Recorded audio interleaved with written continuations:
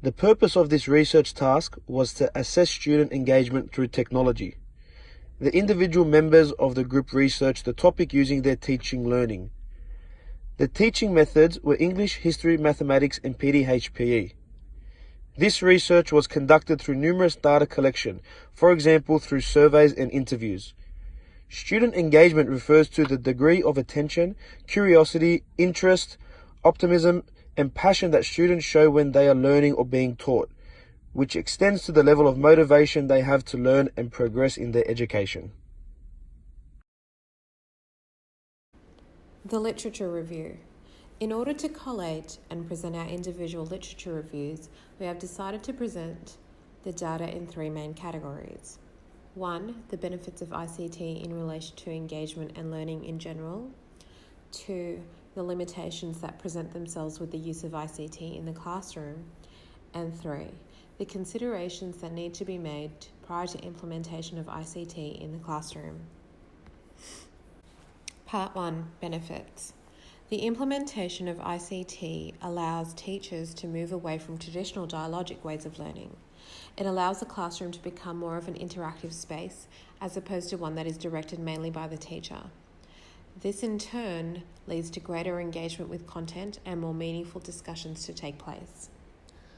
It also fosters a highly collaborative workspace in the classroom, allowing students to skill share and build relationships that see a positive change in student engagement with content and on-task behaviour. ICT is a tool that allows for self-regulation and accommodates students progressing through tasks at their own pace. It can be used for the creation of resource banks of information that can be edited and updated by students and teachers. If this resource bank is stored online, students can access it at any time throughout their learning modules to refresh their memory, use it for upcoming exams and assessment tasks, and is a great tool in catching up for students who have been absent. Part 2. Limitations. Student ICT efficacy is only related to their experience with technology. That is, that most students only engage with ICT when it comes to social media, gaming, and instant messaging platforms. Their engagement in the classroom may suffer as they may not have the skills to engage with platforms that are suited to an educational context. Essentially, the learning investment required to acquire these new skills may be a deterrent for students. Not all students have access to ICT in the same manner. Many schools have BYO device policies, and these may affect the way that learning takes place in the classroom where ICT is implemented as an interactive tool. The overuse of technology creates a dependency on it and does not allow for the development of skills required for examinations, critical thinking, and skills that are developed in social learning spaces. ICT implementation may lead to independent, self-regulated work behaviours in the classroom, but this may come at a loss of meaningful and engaging classroom discussions. Another limitation that was present across the literature reviews was one that related to monitoring on-task behaviour when students use their own devices. The issue that arises with this is that the teacher cannot effectively monitor and control the applications being accessed on personal devices. Part 3. Considerations. One study showed that ICT engagement can be measured in 4 different constructs.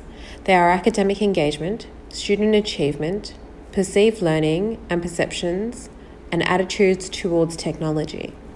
This approach may ask more questions than provide answers, and it is necessary to trial different ways of learning to ensure that students are working in a supportive learning space. Teachers also need to be aware that prior to ICT implementation in the classroom, regardless of what platform is being used, instructions and a demonstration should be provided so that all students know how to use it and what is expected of them. There is also a knowledge gap that exists when trying to understand how ICT ties in with engagement, and teachers need to first know their students before they can make decisions about what sort of ICT is employed in the classroom. This process would ensure that ICT is beneficial to the students' learning. Some additional factors that come into play with the knowledge gap are: a disconnect exists between what teachers believe is engaging work and what students actually engage in.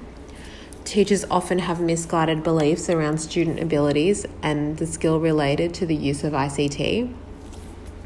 And teachers need to understand that the use of ICT does not directly correlate to higher levels of engagement. So the decision lies in matching the learning space or task to how it will be presented in the classroom to achieve the intended learning outcomes. To conclude, there are many gaps that exist when considering the impact of ICT on engagement in the classroom. More research is required at the classroom level to fully understand what engagement looks like and how ICT interacts with it. It is important to note that this is a process of trial and error, and what may work in one classroom may not work in another.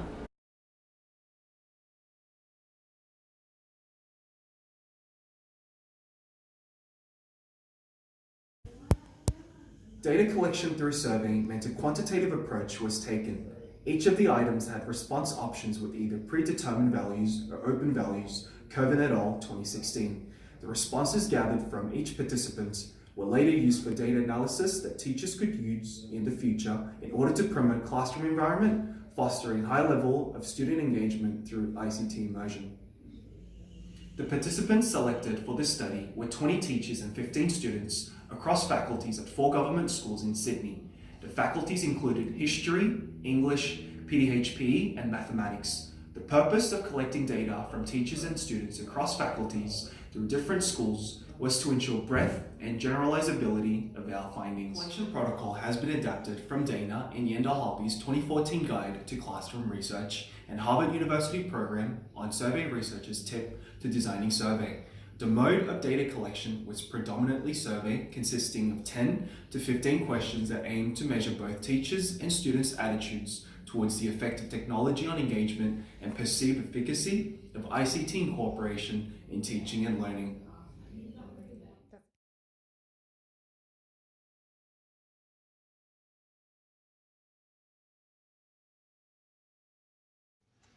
After gathering quantitative data across faculties through different schools, we have used Excel to conduct descriptive analysis. Of the 20 teachers, 6 were in history, 3 in English, 5 in PDHPE, and 6 in mathematics faculties. Across the board, without ICT, the majority of students were only somewhat engaged, 78%. The most difficult things about using ICT in class were technical difficulties, 44%, students going off topic, 33%, students not doing work, 12%, and teachers going off topic, 11%. The level of engagement was relatively low when ICT was incorporated in teaching. The effects of mobile device use in the classroom were taking away the focus and giving distraction.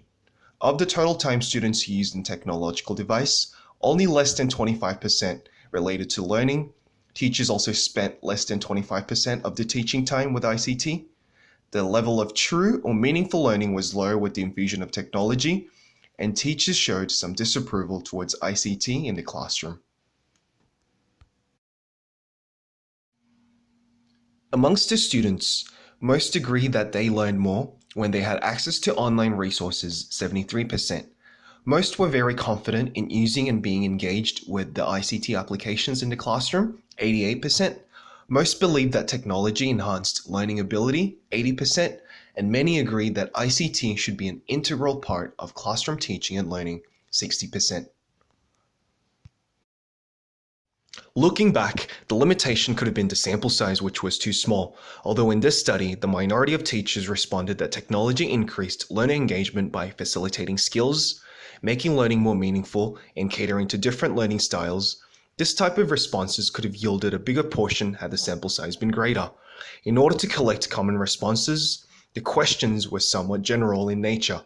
For future study, data could be collected across different types of schools, including government, Catholic, and independent schools.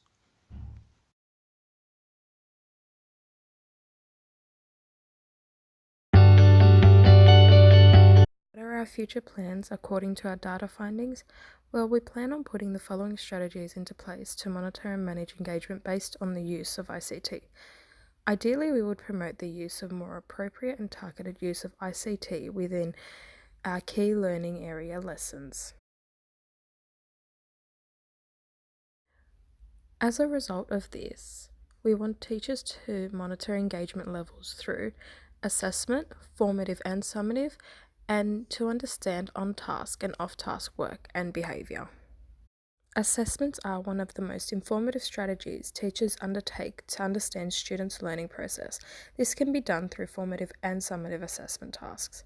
Formative assessment tasks refer to a wide range of methods that teachers use to evaluate students' comprehension, learning needs, and academic progress during a lesson, unit, or course.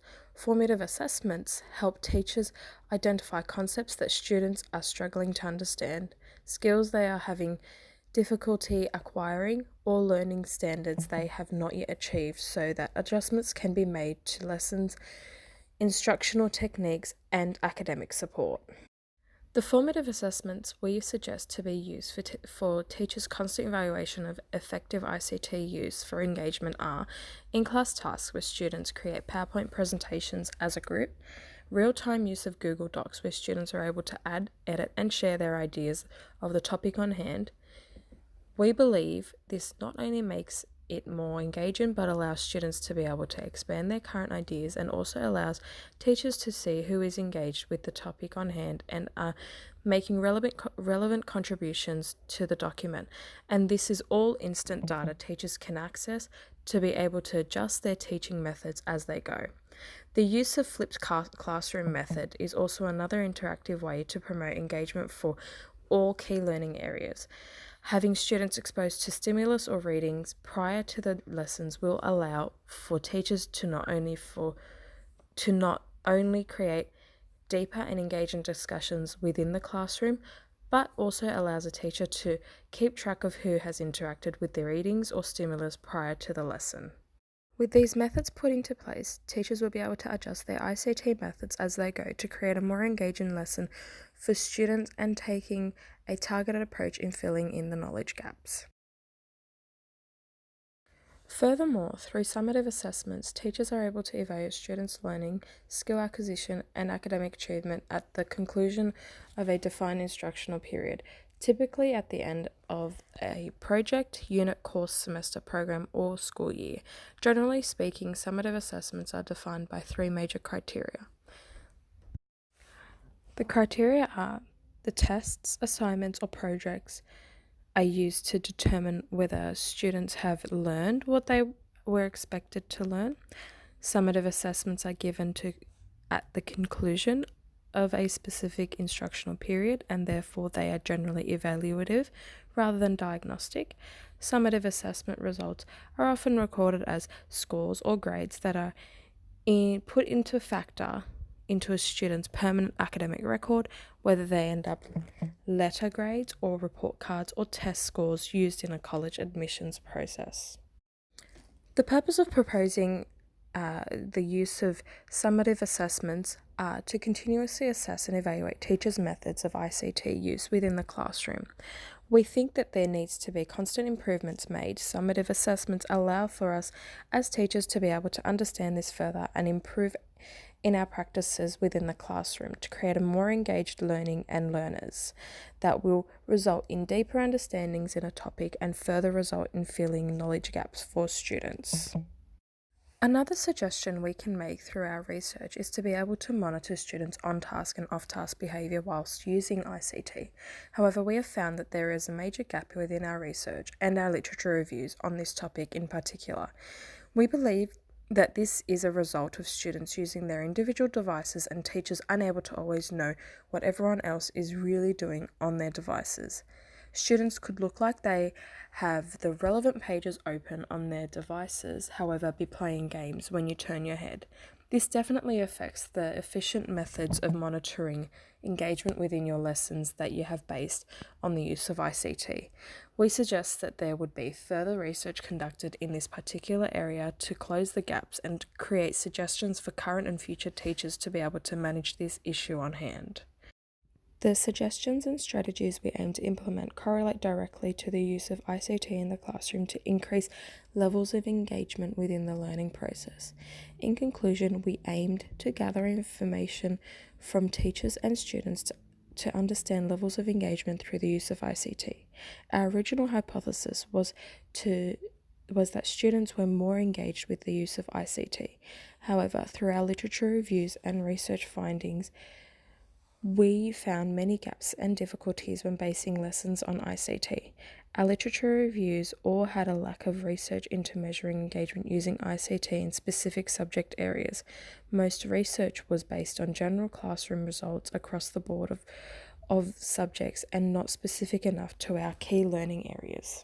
Another limitation we came to the conclusion of was that engagement did not necessarily mean students understood or gained knowledge of the subject area.